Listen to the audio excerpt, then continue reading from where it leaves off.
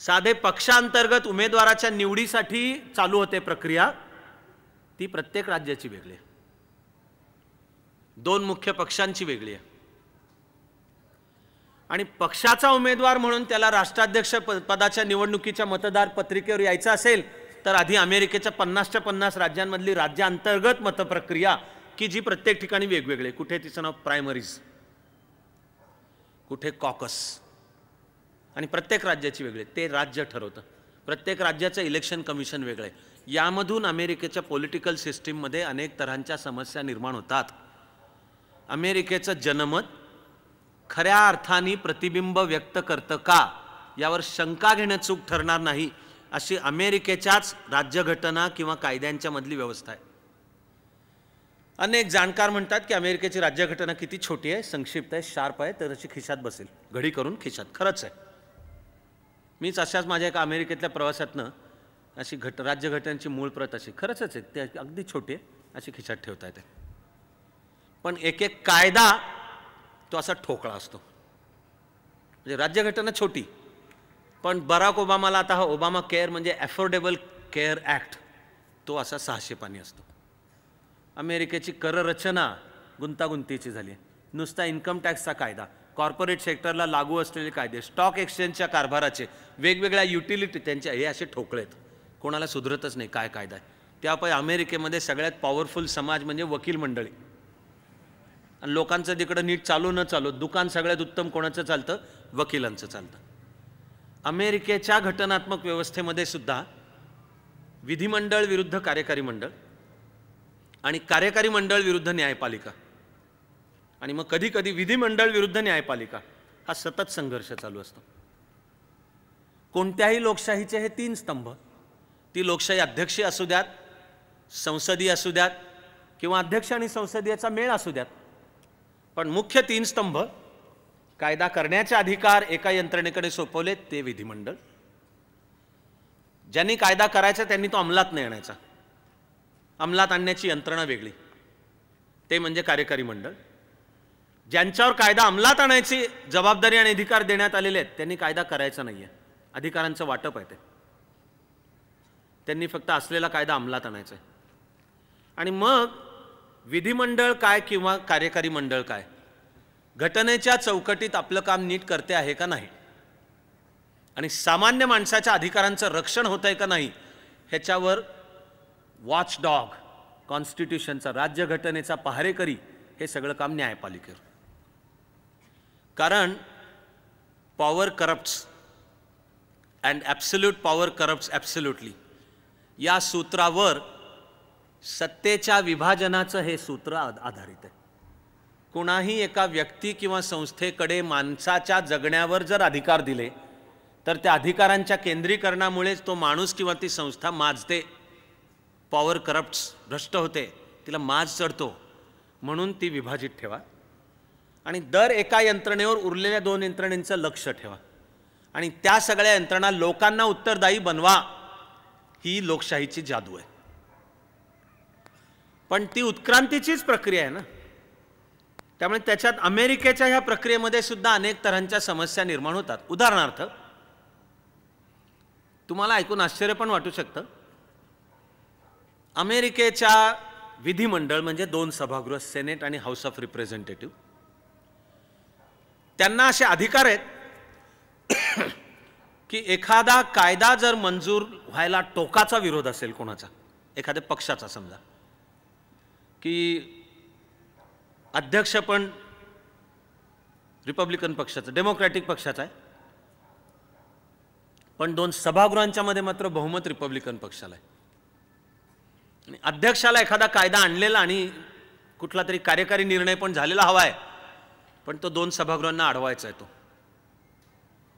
की तो सभागृह अडवू शकतात अशी घटनात्मक व्यवस्था आहे अमेरिकेकडे। मग तिकडे अध्यक्षाला काही म्हणू देत, त्याला अध्यक्षाच्या हातात दिलेला अधिकार की विधिमंडळांना मागे टाकून, म्हणजे ओव्हरराईड, मग एक्झिक्युटिव्ह ऑर्डर अशी व्यवस्था आहे, म्हणजे आदेशच, म्हणजे ही घटनात्मक लोकशाहीची कायदेशीर व्यवस्था आहे की तो एक्झिक्युटिव्ह ऑर्डरच काढू शकतो, जे ट्रम्पनी करणं चालू केलंय, ओबामानी सुद्धा केले, प्रत्येक राष्ट्राध्यक्षांनी केलंय, पण त्यामुळे राष्ट्राध्यक्ष म्हणजे कार्यकारी यंत्रणेचा सर्वोच्च प्रमुख, अमेरिकेच्या घटनात्मक व्यवस्थेमध्ये अमेरिकेचा राष्ट्राध्यक्ष हा चीफ एक्झिक्युटिव्ह ऑफिसर आहे आणि सगळे कार्यकारी अधिकार त्याच्या हातात आहेत. पण त्याला मान्यता द्यायची का नाही द्यायची हे दोन सभागृहांकडे. तर अमेरिकेच्या कायदे आणि नियमांमध्ये अशी एक व्यवस्था आहे, तिला इंग्लिश शब्द आहे फिलिबस्टरिंग. फिलिबस्टरिंग म्हणजे सभागृहात जर एक सदस्य बोलत असेल तर त्याला तोहून जोपर्यंत थांबत नाही तोपर्यंत त्याला कोणीही थांबवू शकत नाही. त्याला इंग्लिश शब्द आहे फिलिबस्टरिंग. अशी कायद्यात व्यवस्था आहे की तो सभापतीसुद्धा थांबवू नाही शकत. तो जर सदस्य म्हणला मी बोलत राहणार आहे, काय तो जर म्हणला मला श्रीराम जयराम जय जयराम म्हणायचं आहे, काय जे म्हणायचे ते म्हण, पण त्याला काय सभापती थांबवू शकत नाही. याचं नाव आहे फिलिबस्टरिंग. त्यामुळे एखाद्या कायद्याला मान्यतासाठी तो प्रस्ताव आहे पण मान्यता होऊ द्यायची नाही आहे. त्यांच्या अनेक पदांच्या नियुक्त्यांना सेनेट आणि काँग्रेसची मान्यता लागते. कमिटी आहे, सेनेट कमिटी किंवा काँग्रेशनल कमिटी. त्यांची सुनावणी, काँग्रेशनल हिअरिंग आपल्या पण जशा आहेत ना समित्या, पब्लिक अकाउंट्स कमिटी, तिचा प्रमुख आपल्याही राज्यघटनेमध्ये विरोधी पक्षाचा कोणीतरी असतो. मग ते आता डिमॉनिटायझेशनवर उर्जित पटेलना बोलवून घेतात. मग ते मीडिया त्यांच्या म्हणण्यानुसार जे म्हणायचे तर उलटसुलट जे काय ते म्हणतील. पण हे जे PACला अधिकार आहेत तशा काँग्रेशनल कमिटी किंवा सेनेट कमिटी अमेरिकेच्या पण आहे. पण राष्ट्रपतीला एखाद्या व्यक्तीची नियुक्ती करायची आहे तर तिला मान्यता ह्या काँग्रेशनल हिअरिंग नंतर आणि सेनेटच्या हिअरिंग नंतर काँग्रेशनल किंवा सेनेटची लागते. अमेरिकेच्या सर्वोच्च न्यायालय, अमेरिकेचा फेडरल कोर्ट म्हणजे प्रत्येक अमेरिकेच्या राज्यघटनेत प्रत्येक राज्याला पण सुप्रीम कोर्ट आहे, पण सगळ्या अमेरिकेचं, तिच्यावरच्या न्यायाधीशांची नियुक्ती अमेरिकेचा राष्ट्राध्यक्ष करतो. पण राष्ट्राध्यक्षांनी केलेल्या नियुक्तीला सेनेट आणि काँग्रेसच्या समितीची मान्यता लागते. आणि काही काम त्यामुळे हे लोकशाहीतले जी देवघेव म्हणजे भ्रष्टाचार नाही दरवेळी तो, त्याला इंग्लिश शब्द आहे बायपार्टिसन, की अरे आपल्याला एक निर्णय घ्यायचा आहे, जरा दोघं म्हणजे रिपब्लिकन आणि डेमोक्रॅटिक पक्ष इथे बसू एकमताने, आपण एक कॉमन ग्राउंड शोधू, ते मान्य झाल्यावर ह्या व्यक्तीच्या नियुक्तीला मान्यता मिळू शकेल. पण त्यामुळे अमेरिकेच्या घटनात्मक पद्धतीत सेनेट किंवा काँग्रेसच्या एकेका सदस्याच्या हातात व्हेटो जाऊन बसलाय. फायनली व्हेटोच की तो अडवूच शकतो सगळं, आणि काही कारणांनी त्याला मान्य नाही. पण त्यामुळे देवघेव पण वाढते, त्यामुळे अमेरिकेच्या घटनात्मक पद्धतीमधलं करप्शन पण वाढतं. असं फिलिबस्टरिंगची व्यवस्था ही अमेरिकेच्या घटनात्मक यंत्रणेमधला प्रॉब्लेम होऊन बसलाय.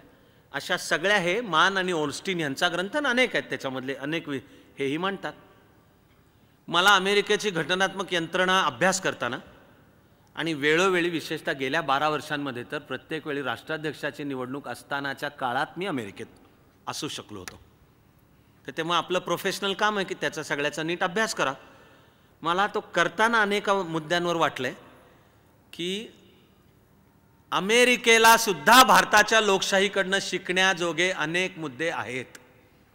हे मी कुठल्याही खोट्या अभिमानाने म्हणत नाहीये. तुमचा माझा हा प्रचंड अजस्त्र देश, आज त्याची 130 कोटी लोकसंख्या, अमेरिकेमध्ये खूप प्लुरॅलिझम, बहुविधता, डायव्हर्सिटी, विविधतेचं स्वागत, आणि माणसांच्या संस्कृती वेगवेगळ्या असतील पण सर्व संस्कृतींचा समान आदर झाला पाहिजे म्हणणारी राजकीय विचारधारा म्हणजे मल्टीकल्चरलिझम. आता अमेरिका आत्ता कुठे ते शिकते आहे. अमेरिकेला लढा करायला लागतो. तुमचं माझं हे जेनेटिक कोड आहे. भारतामध्ये नुसत्या राज्यघटनेनी केलेल्या मान्य केलेल्या भाषा 22 आहेत, शिवाय बोली भाषा तर आणखीन वेगळ्याच, त्या 3500 पेक्षा जास्त आहेत. दुनियेतले सगळे धर्म या भारतात आहेत. ते असतानाही न विसरणं बरं की त्याच्यातले सुमारे 85% हिंदू आहेत. त्या हिंदू व्यवस्थेमध्ये सुद्धा प्रचंड बहुविधतेचं स्वागत आहे की तू शैव आहेस, तू वैष्णव आहेस, तू देव मान न मान, तू त्याला विठ्ठल म्हण, दुर्गा म्हण, गौरी म्हण, सगळं मान्य आहे. हे त्या व्यवस्थेमध्येच आहे. दुनियेमधला एकही धर्म भारतात नाही असं नाही. सगळे धर्म भारतात आहेत, सगळे वंश भारतात आहेत, कातडीचे सगळे प्रकार भारतात आहेत, उत्तर दक्षिण सगळे ह्याचे. तरी हा सगळा बहुविधतेने नटलेला भारत देश एक आहे. तो लोकशाही देश आहे. भारताची लोकशाही जगाच्या इतिहासातला चमत्कार पण आहे आणि जगाचं आशास्थान पण आहे की असा देश लोकशाहीनी पुढे सरकू शकतो. तर उद्याच्या जगाचं व्यवस्थापन होताना मला ज्या गोष्टीचा आनंद आहे की आतून प्रशासनातून, मी आधी कार्यकर्ता म्हणून बाहेरून अनेक चळवळींच्या मध्ये आणि नंतर प्रशासनातून आतून मी निवडणुका खूप जवळनं पाहिलेल्या आहेत. आणि ह्या जगडवाळ देशाचं व्यवस्थापन निवडणुकांचं म्हणजे जर्मनीची लोकसंख्या साधारण 6 कोटी आहे, फ्रान्स साधारण 5,70,00,000, ब्रिटन 5,50,00,000, महाराष्ट्राची लोकसंख्या 12 कोटी आहे. आणि अख्खा युरोप एकत्र केला तर सगळ्या मिळून मतदारांची जेवढी संख्या होते त्याच्यात तिप्पट आपल्या मतदारांची संख्या आहे. नुसते आत्ता पुढल्या महिन्यात उत्तर प्रदेशच्या निवडणुका आहेत, तर उत्तर प्रदेश नुसत्या लोकशाही आणि लोकसंख्येच्या आधारावर जगात 6वं ठरेल. नुसतं राज्य म्हणजे ह्यांना जे वाटतं. आपले पूर्वीचे अर्थमंत्री जयंत पाटील यांनी एकदा एक किस्सा फार छान सांगितला होता. कुठल्या तरी आर्थिक परिषदेसाठी ते सिंगापूरला गेले होते आणि काहीतरी मुद्दा आला की सिंगापूरची अर्थव्यवस्था किती विकसित आहे, जी आहेच, त्या मानाने भारत काय किंवा महाराष्ट्र काय अर्थव्यवस्था किती मागे आहे. आणि त्या दृष्टीने तो सिंगापूरचा कोणीतरी आपल्याला खूप अक्कल शिकवत होता. तर जयंत पाटील म्हणतात की मी ते ऐकलं, सगळं ऐकलं, मान्य आहे. ते म्हणाले मला आमच्या समस्या आहेत, आम्हाला सगळे मान्य आहे, असे सगळे त्यांनी सांगितलं. आणि एका टप्प्याला मग त्यांना ते सहन होईना, तर त्यांनी विचारलं की तुमचं सिंगापूरचं किती बजेट असतं, सिंगापूरचं एकूण बजेट किती, ॲन्युअल बजेट. तर त्यावेळेचा आकडा होता सुमारे 9,500 कोटी रुपयाच्या भाषेत किंवा मी चलन कोणतेही 9,500 कोटी रुपये. जयंत पाटील म्हणले मी दरवर्षी त्याच्या दुप्पट नुसते व्याज देतो.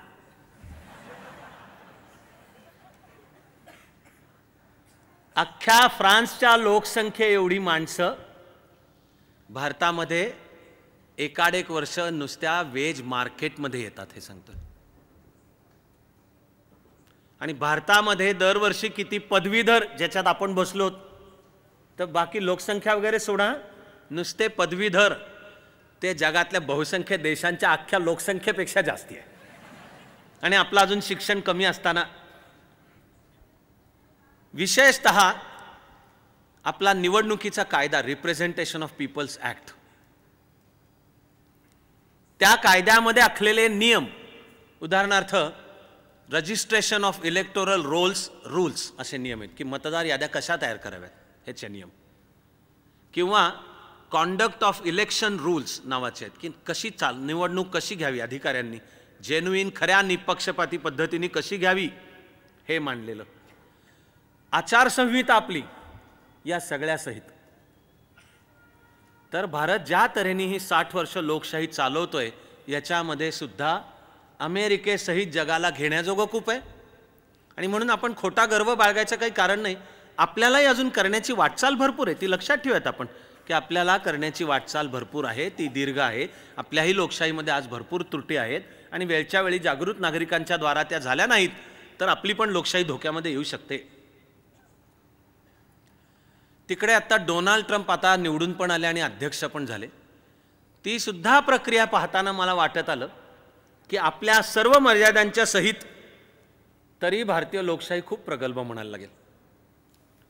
आणि या वेळेला अमेरिकेच्या अध्यक्ष लोकशाहीच्या वेळी, तर अध्यक्ष निवडणुकीच्या वेळी मलाच काय अमेरिकन मतदाराला सुद्धा प्रश्न पडत होता की इश्यूज काय आहेत, ही कशी दिसते, कपडे कोणते घालते, ह्यांनी कर भरले का, त्याची जन्मतारीख काय आहे, आणि काय वाटेल त्या पातळीपर्यंत जातात हे सांगतं. काय वाटेल त्या हे सांगतो मी. बराक ओबामावर त्याच्या आईवरून अतिशय वाईट वेडेवाकडे आरोप झाले पब्लिक जीवनात. मला ते ऐकताना वाटलं की कधी कधी आपल्याकडे कोणातरी वेगवेगळ्या सगळ्या पक्षांचे कधीतरी येतील, फाटक्या तोंडाच्या कॉमेंट्स त्यांच्या पण येतात, तरी पण इतकी पातळी सोडून, इतकी ओबामाची आई पोर्न ॲक्ट्रेस आहे, हे मी फिलिपिन्सच्या अध्यक्षाचं वाक्य सांगत नाही हां, हे निवडणुकीच्या काळामध्ये ओबामाच्या विरुद्ध बोललं गेलेलं. ओबामाचं मी मोठेपण म्हणतो की कधीही त्याचा तोल ढळला नाही. निवडणुकीत पण नाही आणि अध्यक्ष म्हणून असण्याच्या 8 वर्षातसुद्धा नाही. पण ज्या प्रकारच्या रेसिस्ट विषमतेच्या कातडीखालच्या अजूनही कुठेतरी कॉमेंट्स येतात, त्या तुलनेने भारताकडे खूपच प्रगल्भता आहे. आणि फाटक्या तोंडाचा असण्यामध्ये तर डोनाल्ड ट्रम्पचा कोणीच हात धरू शकणार नाही. आणि आधी वाटलं की ते पक्षाचं तिकीट मिळवण्याकरता तो काय वाटेल ते बोलतोय. त्यात सुद्धा आधी वाटलं की हे असं बोलत राहिला तर त्याला रिपब्लिकन पक्ष तरी कसं काय देईल, पण तो जेवढा फाटक्या तोंडाने बोलत राहिला तेवढी त्याची पॉप्युलॅरिटी आधी पक्षातली वाढत गेली. जो उमेदवार सांगतोय की मी चौकात उभं राहून कोणाला गोळी घातली तरी माझी पॉप्युलॅरिटी वाढेल आणि मला पक्षाचं तिकीट मिळेल, आणि खरंच मिळालं की त्यांनी गोळ्या नाही घातल्या नशीब, पण मेक्सिकोची भिंत बांधीन, आज काढला आदेश मेक्सिकोची भिंत बांधण्याचा. ओबामा केअर रद्द करीन, पहिली सही आहे 20 जानेवारीला, पहिली सही ओबामा केअर रद्द करायला सुरुवात. TPP आणि ट्रान्स अटलांटिक ह्या जे बहुदेशीय करार, व्यापारी करार आहेत त्यातनं मागे घेऊ, झाले एक्झिक्युटिव्ह ऑर्डर्स काढून. आता त्या मेक्सिकोच्या भिंतीची किंमत मेक्सिकोच्या अध्यक्षाकडनं वसूल करेल, म्हणजे मेक्सिकोकडनं. मेक्सिको म्हणतं नाही करणार, कुठं जाणार ही वाट. नेटो मान्यच नाही. हिलरी क्लिंटनना तिकीट मिळाल्यानंतर हा म्हणतो अटक केली पाहिजे हिलरी क्लिंटनला. तेवढंच एक आजपर्यंत की त्यांनी ते खरं करायला सुरुवात केलेली नाही अजून तरी. पण निवडणूक प्रचारातले सुद्धा तर पोपनी डोनाल्ड ट्रम्पना एक इशारा दिलाय त्या भिंतीवरनं, मेक्सिकोची आम्ही भिंत बांधू. पोप शेवटी विसरू नका, पोपचं वाक्य गांभीर्याने घ्यायला पाहिजे, कारण शेवटी देशातल्या 100 कोटी ख्रिश्चनांचा तो सर्वोच्च धर्माधिकारी आहे.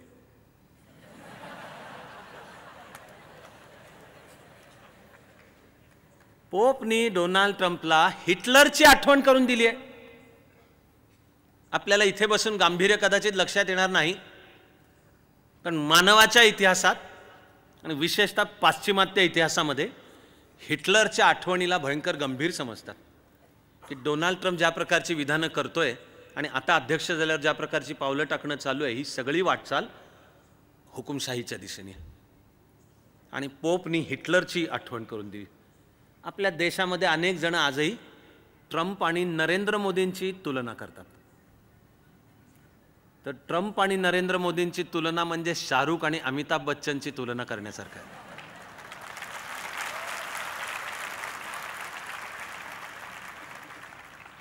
तुलना करणाऱ्यांच्या डोक्यामध्ये फार तर जे राजकीय विचारधारे ज्याला उजवे राईटिस्ट, तर ठीक आहे की नरेंद्र मोदी संघाच्या परंपरेमध्ये वाढलेले शिकलेले अध्यात्म विचार मानणारे वगैरे, आणि आता भाजपच्या म्हणजे जिची विचारधारा हिंदू राष्ट्र विचार असल्याचं बोललं जातं तिचे ते पंतप्रधान, म्हणजे हे सगळं उजवं. आणि डोनाल्ड ट्रम्प सुद्धा अमेरिकेच्या राजकारणातला राईटिस्ट उजवा, म्हणजे रिपब्लिकन, भांडवलशाहीवर विश्वास, सरकारचं नियंत्रण कमीत कमी, खाजगी संपत्ती सर्वात पवित्र आहे, सरकारचं कामच ती खाजगी संपत्तीचं रक्षण करणे हे आहे, आणि कमीत कमी सरकार पाहिजे, बिग गव्हर्नमेंट, मोठं नको असं म्हणणारं, म्हणजे ते अमेरिकेच्यातले उजवे, ते उजवे असं बसलेले डोक्यात तेच मानून चालतात आणि तुलना करतात. खरं म्हणजे जगाच्या इतिहासामध्ये हा उजवे आणि डावे हा शब्द फ्रान्सपासून चालू झाला पहिल्यांदा. 1789 मध्ये फ्रान्समध्ये राज्यक्रांती झाली आणि तयार झालेल्या लोकशाही घटनेनुसार निवडणुका होऊन 1791 मध्ये फ्रेंच संसद म्हणजे नॅशनल असेंब्ली अस्तित्वात आली. 2 पक्ष होते, दोन्ही क्रांतिकारकच, जिरॉन्डिन आणि जॅकोबिन. त्यातल्या जॅकोबिनचा राजकीय बेस मुख्यतः पॅरिसमध्ये होता. जिरॉन्डिन्सचा राजकीय बेस पॅरिसच्या बाहेरचं फ्रान्सचं सगळं ग्रामीण अंगण आवार सगळं. दोघेही क्रांतीचेच प्रणेते. ते सभागृहामध्ये फ्रान्सची लोकसभा बनली, त्या सभागृहामध्ये जॅकोबिन्स डाव्या बाजूला बसत, सभागृहाच्या डाव्या बाजूला, आणि जिरॉन्डिन्स सभागृहाच्या उजव्या बाजूला बसत. मग त्यांचे संसदेतल्या ज्या चर्चा चालू असतील त्याला दरवेळेला जॅकोबिन्स असं म्हणाले किंवा जिरॉन्डिन्स असं म्हणाले, असं लांबलचक बोलण्याच्या ऐवजी आधी एक बोली शब्द रूढ झाला की my friends on the right side, म्हणजे लेफ्टिस्ट जॅकोबिन्स. पण त्यांना जर आपल्या जिरॉन्डिनना उद्देशून काही वैचारिक मुद्दा मांडायचा आहे तर my friends on the right, Girondins बोलायचे असले, त्यांना जॅकोबिन्सचा मुद्दा खोडायचा आहे, तर ते my friends on the left. Right आणि लेफ्ट हे मुळात तिथनं चालू झाले. पुढे वैचारिक आणि राजकीय उत्क्रांतीमध्ये अर्थातच त्याला एक अर्थ प्राप्त होत गेला. त्यामध्ये सर्वसाधारणपणे उजवे म्हणजे जे राष्ट्रविचार मानतात, डावे म्हणजे जे राष्ट्रविचार मानत नाहीत, ते इंटरनॅशनलिस्ट म्हणवतात स्वतःला, आणि राष्ट्रविचाराच्या विरुद्ध म्हणजे राष्ट्र ह्या संकल्पनेलाच खोडून काढतात. त्यांना मुळात संकल्पनेच्या पातळीला राष्ट्र ही संकल्पनाही मान्य नाही, आणि त्यामध्ये भारत, तुम्ही त्याला नाव काही द्या, मुळात प्रश्न नुसता हिंदू राष्ट्राला विरोध असण्याचा नाही आहे, भारत राष्ट्र नाहीच आहे असं तुम्हाला भारतीय कम्युनिस्ट म्हणजे डावे आणि तो डावा इतिहास लिहिणारे म्हणजे रोमिला थापर अँड कंपनी हे म्हणताना दिसतील. कारण डाव्या म्हणजे डाव्या विचाराचं सगळं ॲपेक्स शीर्ष आहे मार्क्सवाद, पुढे मार्क्सवाद लेनिनवाद, पुढे चीनमध्ये त्याचं रूप माओवाद, भारतामध्ये त्याचं रूप नक्षलवाद.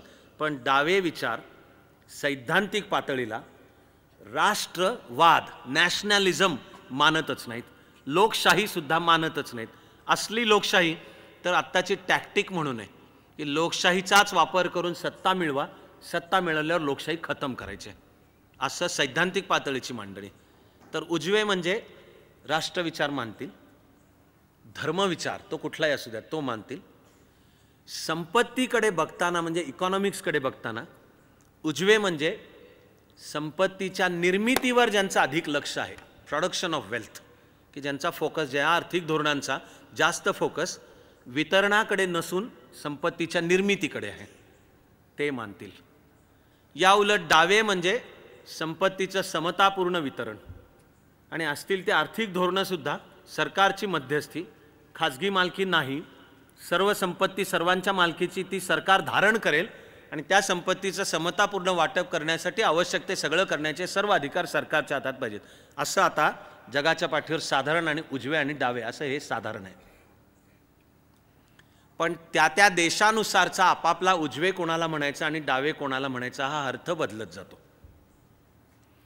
नुसतंच वैचारिक पाहिलं उजवं डावं सगळी अमेरिका, तिच्यातल्या रिपब्लिकन आणि डेमोक्रॅटिक पक्षासकट हिला उजवं म्हणायला लागेल, कारण तो भांडवलशाही देश आहे, भांडवलशाही धोरणं आहेत, संपत्तीचं निर्मिती, सरकार कमीत कमी पाहिजे वगैरे सगळ्यासकट.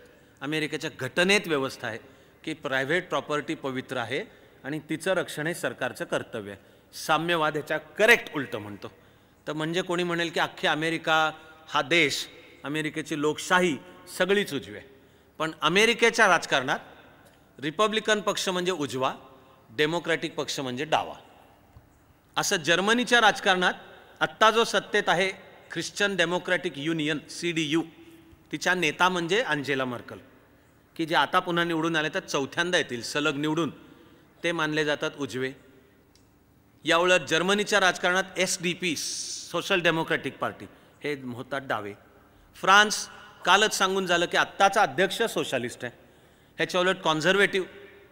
आणि शिवाय फ्रान्समध्ये आता रायटिस्ट, आता ट्रम्पच्या विजयानंतर बोललं जातं की युरोपमधल्या सुद्धा उजव्यांचं बळ वाढलं आहे, काही त्यातले एक्स्ट्रीम रायटिस्ट आणि त्यातले तर काही आजही नाझीवादाचा पुरस्कार करणारे, अशा सगळ्या सकट. पण जगाचा आणि त्या जगात भारताचा अभ्यास करताना मला सतत वाटत आलंय की कुठल्याच अर्थाने भारताला हे असं झापडं लावल्यासारखे किंवा बांधलेली चौकट घातल्यासारखे उजवे किंवा डावे हे शब्द लागू नाहीत पडत. ते जर झापडं घेऊन तुम्ही भारतीय परिस्थितीकडे बघायला गेलात तर तुम्हाला परिस्थिती वेगळीच दिसणार आहे की जी नाही आहे, सत्याला वास्तवाला धरून नाहीत. हे उजव्या डाव्याची झापडं काढली पाहिजेत.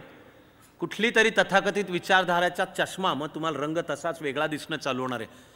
तो जर काढला तर परिस्थिती वेगळी दिसणं चालू होतं. भारतीय संदर्भाला उजवे आणि डावे हे शब्द लागूच पडत नाहीत, आणि ते प्रत्यक्ष आजच्या वास्तवात सुद्धा येतं. ट्रम्प आणि मोदी यांची कुठलीच तुलना होऊ शकत नाही खरं कुठल्याच अर्थाने. डोनाल्ड ट्रम्प यांनी ज्या प्रकारचे फाटक्या तोंडाची विधानं केली आहेत, असं चुकून सुद्धा मोदी कधी बोलल्याचं दाखवून देता येणार नाही. मनाला कोणाच्या पटो किंवा न पटो, मोदी आणि भाजपला अनुकूल असा किंवा नसा तो अर्थात आपल्या प्रत्येकाला अधिकार आहे आणि त्याचा सन्मान आहे त्या अधिकाराचा.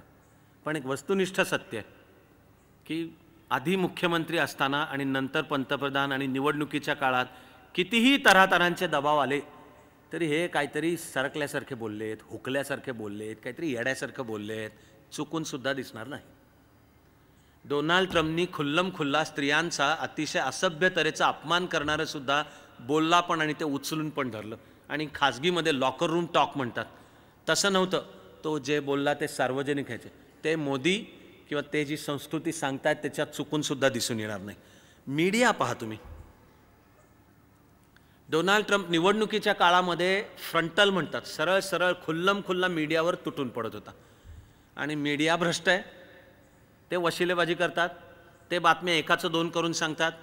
तो CNN जे विरुद्ध अमेरिकेच्या राजकारणामध्ये रिपब्लिकन पक्षाच्या बाजूचा चॅनल आहे फॉक्स चॅनल, तो रिपब्लिकन पक्षाच्या बाजूचा आहे, पण रिपब्लिकन पक्षा अंतर्गत निवडणूक होती तोवर तो ट्रम्पच्या बाजूचा नव्हता. डोनाल्ड ट्रम्पची त्या फॉक्स चॅनलची पण खुन्नस होती. तर डोनाल्ड ट्रम्प आधी पक्षांतर्गत ती निवडणूक जिंकल्यानंतर रिपब्लिकन अधिकृत उमेदवार म्हणून आता राष्ट्राध्यक्ष म्हणून सुद्धा तो अमेरिकेच्या मीडियावर तुटून पडतो खुल्लम खुल्ला. पण राष्ट्राध्यक्ष म्हणून प्रेस कॉन्फरन्स घेताना CNNच्या पत्रकारांनी जर प्रश्न विचारायला हात केले उभे, तो सांगतो गप्प बैस, तुला नाही प्रश्न विचारू देणार आहे, कारण तू CNN म्हणजे तू फेक न्यूज, तू प्रतिनिधी कोणाचा आहे, तू फेक न्यूज, तुला नाही प्रश्न विचारू देणार आहे.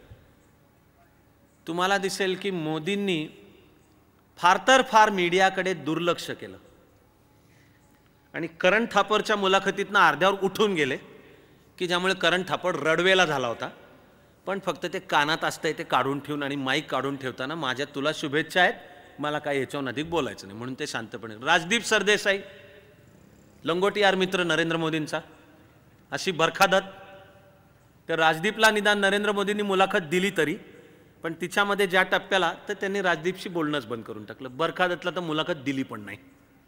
आधीचं सरकार पंतप्रधानाच्या विमानात पत्रकारांना घेऊन फिरायचं, यांनी पत्रकारांना नेणंच बंद करून टाकलं आणि जे सांगायचं ते डायरेक्ट सोशल मीडियाचा वापर करून लोकांना सांगू ओव्हर युअर हेड. मीडियाला बायपास, पण असभ्य उद्गार, मीडियाच्या स्वातंत्र्याच्या आडवं येणे, अभिव्यक्ती स्वातंत्र्य किंवा मीडियाचा अनादर हे चुकून सुद्धा मोदी आणि त्यांचा आधी पक्ष आणि मग सरकार, आणि हे एकट्या मोदींबद्दल मी नाही बोलतोय, पण ट्रम्प आणि मोदी तुलना करतात अनेक जण म्हणूनचे सांगतोय. आत्ता बोलतायत डोनाल्ड ट्रम्प आत्तासुद्धा की मीडियातल्या भ्रष्टाचाराची मी चौकशी करणार आहे, अनेक फ्रॉड मतदार आहेत त्यांना मी कमिशन नेमणार आहे. एक लक्षात घेऊयात की ह्याच्यामध्ये सत्याचा अंश असू पण शकेल, पण लोकशाही तऱ्हेने प्रशासन चालवताना अरे बाबा तुम्ही आता एकदा निवडून आलात, आता तरी तुम्ही सगळ्यांचे अध्यक्ष असल्यासारखे वागा ना. तर डोनाल्ड ट्रम्प यांच्याकडनं उशिरात उशिरा ही अपेक्षा होती. 8 नोव्हेंबरच्या तिकडच्या रात्री निकाल लागले.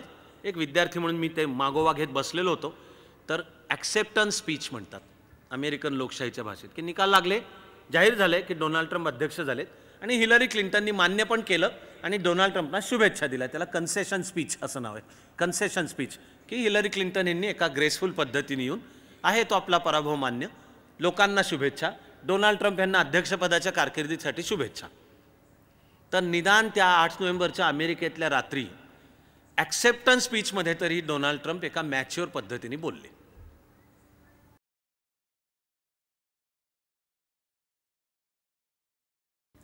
पण 1989 म्हणजे स्वातंत्र्यानंतरची 40 वर्ष देशाने आघाड्यांचं सरकार या कालखंडात प्रवेश केला की आता देशव्यापी काँग्रेस या संघटनेची पक्षाची शक्ती तर कमी कमी होत चालली आहे, पण अजूनपर्यंत तिची पूर्ण जागा घेणारा देशव्यापी पर्याय समोर नाही येतोय. मग अशा वेळेला प्रादेशिक पक्षांचे पण उदय आहेत आणि ह्या पक्षांच्या विविधतेतून 1989 पासूनची वेळ आहे. कोणाही एका पक्षाकडे केंद्रातलं बहुमत नाही, नुसतं नाही, कोणताच एक पक्ष बहुमताच्या कुठं जवळपास पण नाही.